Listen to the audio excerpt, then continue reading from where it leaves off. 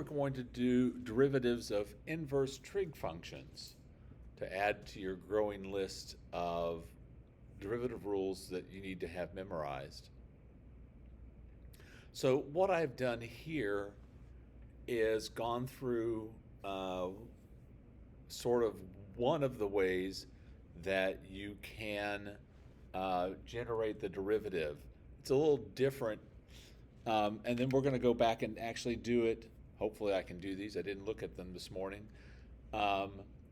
Using the derivative rule for inverse functions. You can generate the rule either way. Okay, so one of the ways that you can do it is to let x be equal to sine of y, so that sine inverse of x is equal to y. Then taking the derivative of both sides of this original, the derivative with respect to x of x is going to be equal to the derivative with respect to x of the sine of y. On this side, taking the derivative, we get 1. And over here, we're going to have the cosine of y times, because of the chain rule, implicit differentiation, whichever way you want to call it, times dy dx. So dy dx is 1 over the cosine of y. And that would be fine, but if we're looking for the derivative of sine inverse of x, we'd like to have it in terms of x and not in terms of y. So the way that you do that is you go back to some right triangle ideas. If the sine of x is equal to y, or excuse me, the sine of y is equal to x, that means if this angle is y, sine is what over what? This is geometry. You're hurting my feelings at this point. Thank you. Opposite over hypotenuse. So opposite over hypotenuse is equal to 1. So this is x and this is 1. And we want to know, well, what is the cosine of y? Well, the cosine would be adjacent over hypotenuse. And the only way to find the adjacent is to do the Pythagorean theorem. And this would be the square root of 1 minus x squared. So then the cosine of y is the square root of 1 minus x squared. You can also do it, the way I did it here without the triangle is when, oh, well, since cosine squared plus sine squared is equal to 1, then 1 minus sine squared would be cosine squared, and the square root of 1 minus sine squared would be cosine squared. You can do it that way also. Real quick, just let's do this by the derivative rule for inverse functions. So the sine inverse of x, if I want to take the derivative with respect to x of that,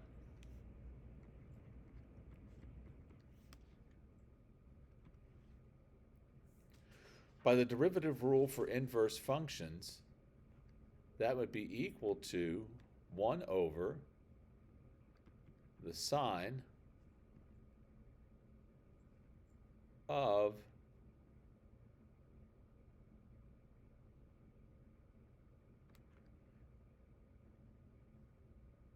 the sine inverse of x.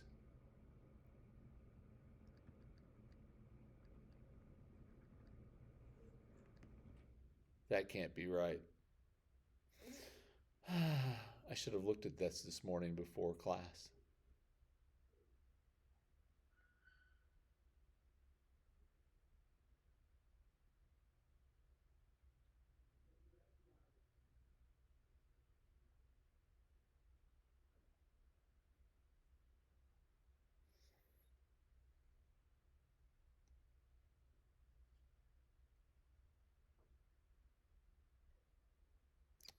All right, I'm going to go ahead and forge on. So if sine inverse of x is equal to y, that just can't be right, because those would just undo one another, wouldn't they? Can you guys see what I'm doing wrong? I'm doing something wrong. I just don't know what it is at the moment.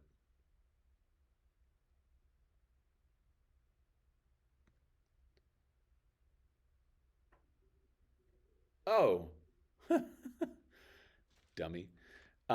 So it's supposed to be the derivative of sine, which is cosine, right? It's the derivative of the other function. And the derivative of it will be, so it would be cosine of the sine inverse of x. That's like, that can't be right. And the way you do that is you're like, okay, if I have this angle is theta, and I'm trying to take the cosine of the sine inverse of x, the sine inverse of x is the angle theta, whose sine is x. So that's x over 1, and just like we did before, this is the square root of 1 minus x squared. Cosine of that's going to be the square root of 1 minus x squared.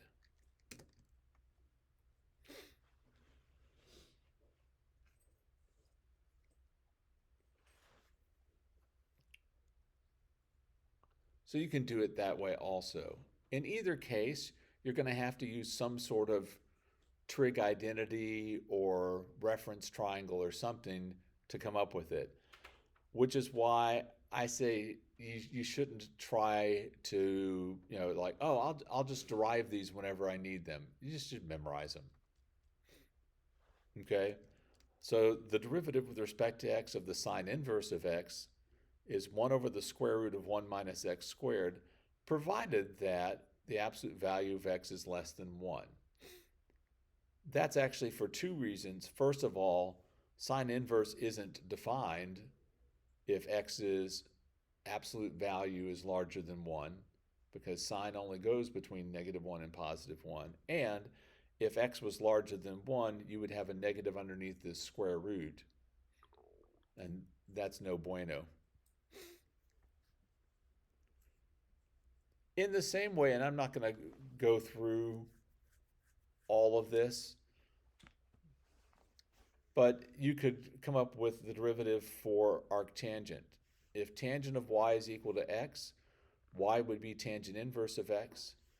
Taking the derivative of both sides, the derivative of tangent of y would be secant squared of y times dy dx. And the derivative of the x is just 1. Dividing both sides by secant squared, we get the derivative with respect to x is equal to 1 over secant squared of y. And since secant squared is equal to 1 plus tangent squared, that's again one of the Pythagorean identities, we get 1 over 1 plus tangent squared. But tangent of y is equal to x, so we can replace the tangent squared y with x squared. And we get 1 over 1 plus x squared. So the derivative with respect to x of tangent inverse of x is 1 over 1 plus x squared. There are probably in your textbook not nearly enough problems on these, but then they start popping up later on. So this one, spend a little extra time memorizing those. And then the least used one on the AP exam, at least, is the derivative of arcsecant. Again, starting off with secant of y is equal to x, so that y is secant inverse of x. Taking the derivative with respect to x on both sides, the derivative of secant of y is secant y tangent y times dy dx, and that's all going to be equal to 1.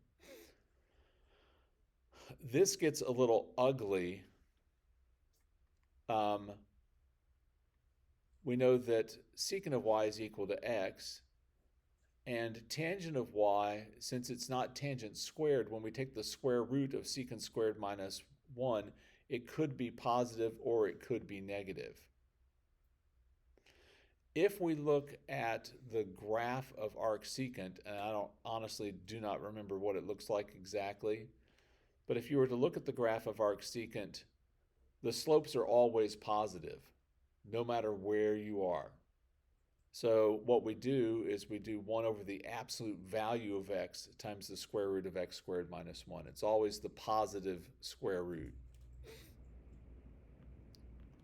And then you could do the same thing for arc cosine, arc cotangent, and arc cosecant. The only difference is a factor of -1. They're just like their counterparts.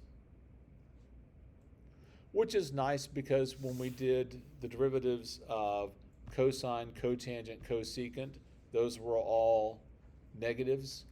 Same thing is true here. So, if we want to find the derivative with respect to x of sine inverse of x cubed, that's going to be 1 over the square root of 1 minus x cubed quantity squared times, because of the chain rule, the derivative of x cubed, which is 3x squared. So that'll be 3x squared over the square root of 1 minus x to the 6th.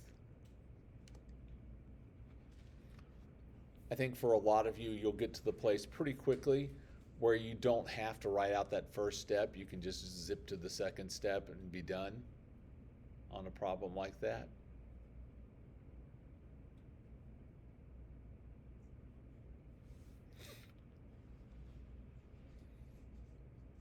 This next problem always makes me smile because I'm like, oh yeah, particles frequently move according to tangent inverse of the square root of the time. Like, it's definitely one of those ones where we have just made it up so that we can remind you that velocity is the derivative of the position function and apply it to this. So the velocity in terms of t is going to be 1 over 1 plus the square root of t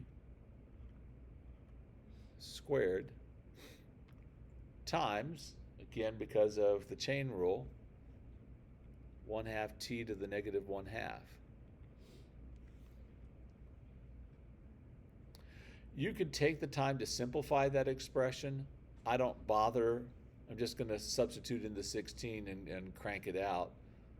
So the velocity at 16 is going to be 1 over 1 plus the square root of 16 squared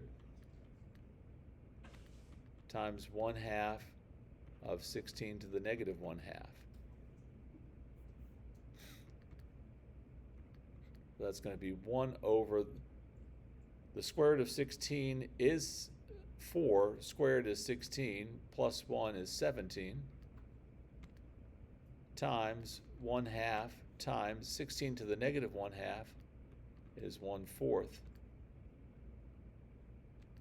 That's 1 over 136 if I've done the arithmetic correctly.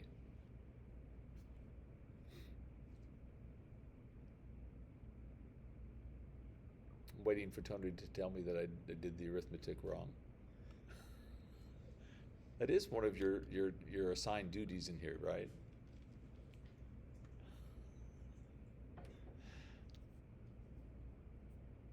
All right. Let's take a look at this one, the derivative with respect to x of the secant inverse of 4x plus 5. So that's going to be 1 over the absolute value of 4x to the 5th times the square root of, and actually what I remember is that with the secant, when you have that part in front of the square root, the other part is right there beside it. So this is going to be 4x to the 5th squared minus 1. So that's 1 over. We can take the 4 outside of the absolute value if you want to. Doesn't really matter a whole lot. You'll see it both ways. And this will be the square root of 16x to the 10th minus 1.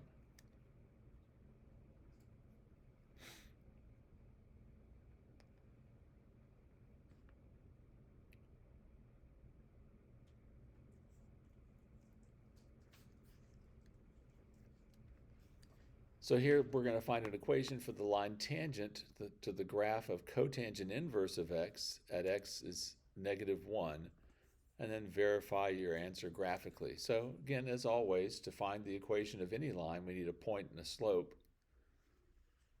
So we know the x-coordinate, so y is going to be equal to cotangent inverse of -1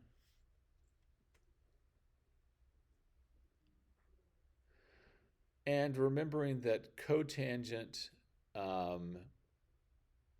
is cosine over sine, so we want some place where cosine and sine have the same value but opposite signs. That could either be in the second quadrant or it can be in the fourth quadrant, and this is one of those ones where I always have difficulty remembering which one of them is the correct quadrant. Let's say that it's the second quadrant for now, and then I'll check it and probably be wrong and have to redo it. That kind of thing on the AP exam, I don't think I've ever seen anything where they ask anything about something where you have to would consider, all right, which is the principal branch of cotangent inverse? In most cases, we don't care, right? So this would be at, what is that going to be? 3 pi over 4?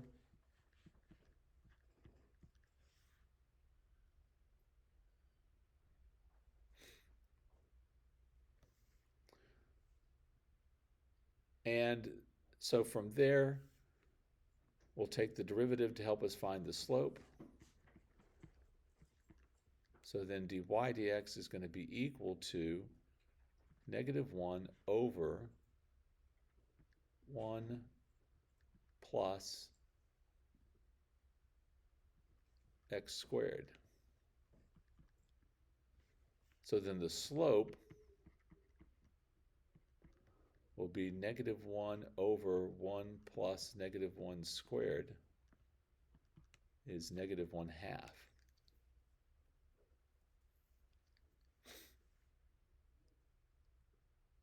So the equation of the tangent line would be y is equal to 3 pi over 4 plus -1/2 times x plus 1.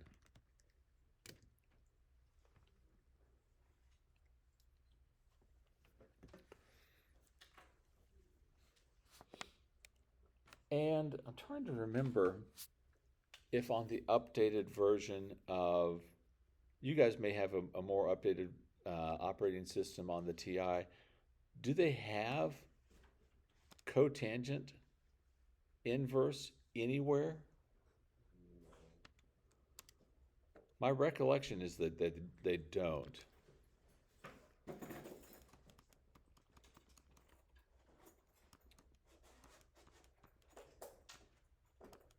No. I don't remember if they do on the NumWorks, but let's find out. Graph.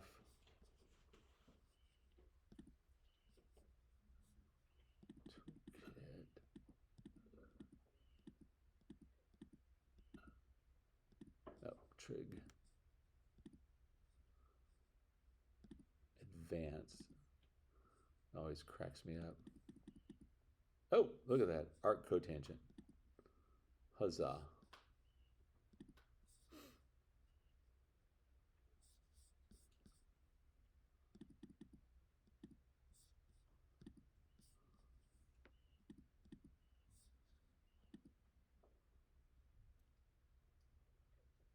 Okay, so there's at least a section of the graph of arc cotangent.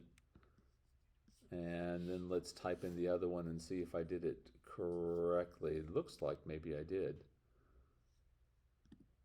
So let's go back to the equations and add in. If someone will read to me what we had, it was 3 pi over 4? 3 divided by 4 minus a half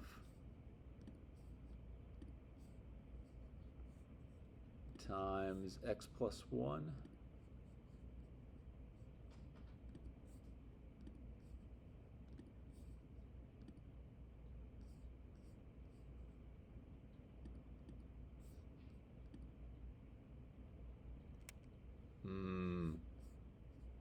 So I think I did do it wrong.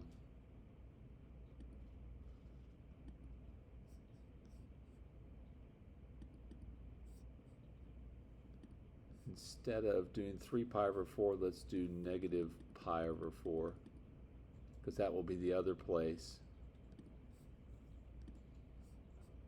And let's see if that works.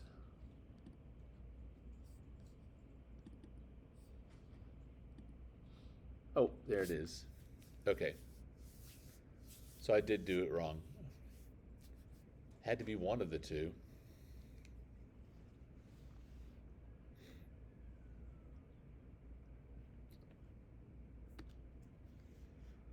So this isn't 3 pi over 4, it's at negative pi over 4. If you read in the chapter in your book, they talk about how to graph all of those things on a TI. I'm still like, I don't understand why they haven't bothered to put it. I mean, yes, it's not something we use a whole lot, but I'm like, why not have that in there? You've got a billion other things. So anyway, any questions?